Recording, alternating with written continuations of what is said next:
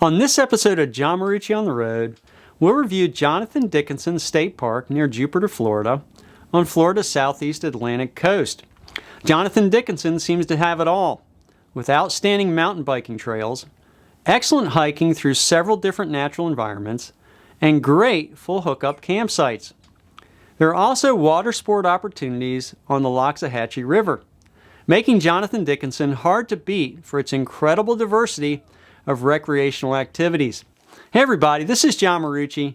I made the jump to traveling with my RV back in 2016 and have never looked back. I've had my share of problems along the way, and this channel attempts to be what I wish I had when I started out. So let's go ahead and jump in. Jonathan Dickinson State Park contains 10,500 acres and is named after Jonathan Dickinson, a Quaker merchant whose ship wrecked off the coast here in 1696. During World War II, the area was used as a top-secret radar training school, and after the war, the land became a state park in 1950. More recently, the park has become a haven for mountain biking, hiking, water sports, and camping. There's also a good self-guided driving audio tour available at the ranger station that is worth the time. As far as the campgrounds, there are two. The Pine Grove Campground near the ranger station has 90 full hookup campsites with 4 modern bathhouses with showers and laundry machines.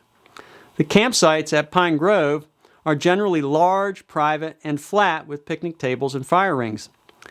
Given the full hookups, all campsites at Pine Grove have sewer connections along with water and electric. The River Campground has 52 campsites with only water and electric and is located near the Loxahatchee River approximately 4 miles from the ranger station. The River Campground also has modern facilities with hot showers and laundry machines.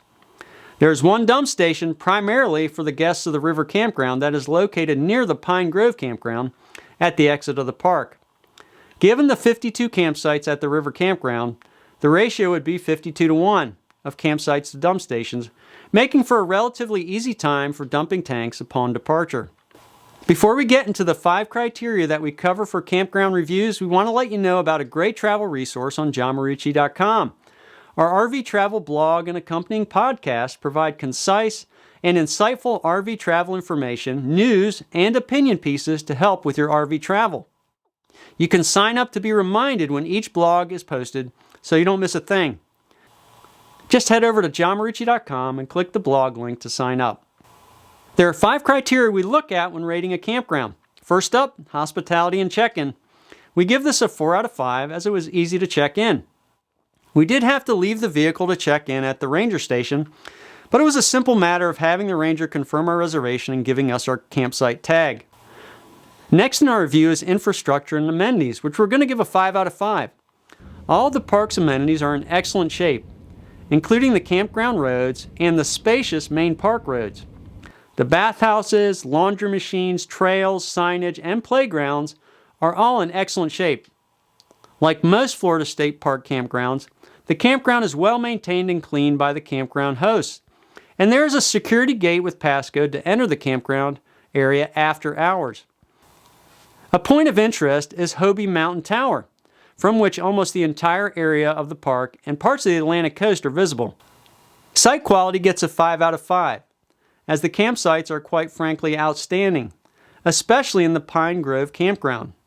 Most sites are relatively private, large, and level, and given full hookups are an exceptional value. It would be possible to have more shade at some of the sites, but generally it is a reach to try and find fault with the campsites at Pine Grove. Some of the sites at the River Campground are slightly less private and lack sewer connection, but they are still generally very good and provide close access to the water sport options at the Loxahatchee River. Having stayed at many different state park campgrounds in Florida, the campsites at Jonathan Dickinson State Park are easily some of the best stayed at. Given the large, level, and full hookup sites near great recreational activities, campsites are hard to beat, all with a great Florida State Park price. Our exercisability rating is also a 5 out of 5 for the many great ways to recreate at the park. Besides the miles of lightly traveled park roads to run on, there are also miles of quality trails to run on. Likely the greatest opportunity for recreation lies with mountain biking, as there are dedicated courses for various levels which are in high demand from locals. If you do plan to mountain bike at the park, be prepared for an array of challenging trails and lots of people, especially at busier times. Moreover, there are miles of good hiking trails of various terrain and opportunities to canoe and kayak on the Loxahatchee River. Basically, there is something for about anyone in terms of exercise and recreation at the park. There's also opportunity for guided horseback trail rides on the many miles of backcountry trails if interested. For our final rating, we're going to give a 5 out of 5 yet again, this time for workability, as the bandwidth for AT&T was stellar and Verizon just as good. Using an iPhone X, we had speeds of 75.1 megabits per second down and 13.9 megabits per second up on AT&T, making it exceptional to use. Using our Verizon 8800L MiFi, we experienced outstanding speeds of 92.9 megabits per second down and 21.2 megabits per second up. These excellent bandwidth speeds made it very easy to work from the campsite. Overall, we thought Jonathan Dickinson State Park was one of the best values we've ever experienced at a Florida State Park or at any campground for that matter. The outstanding infrastructure, incredible varied recreational opportunities, with campsites that are among the best state at, all catapult this state park to the top of our recommended list. On top of this, you're only paying a Florida State Park price. If you can possibly snag a full hookup campsite here, it would be well worth the effort, especially during the cooler Florida months. Remember that Florida State Parks have an 11-month booking window, so you'll need to plan out that great trip well ahead of time. Okay, that'll do it for now. If you found this video helpful, remember to click the like button. We'd love for you to join the On the Road team by subscribing to the channel. If you want to dive deeper, we put more content and photos on Instagram and Twitter at John Marucci. And you can also follow me on Facebook at John Marucci On the Road. And also don't forget the great travel resources, podcast, and blog available on johnmarucci.com. Thanks for watching. Stay safe. This is John Marucci, and so long for now.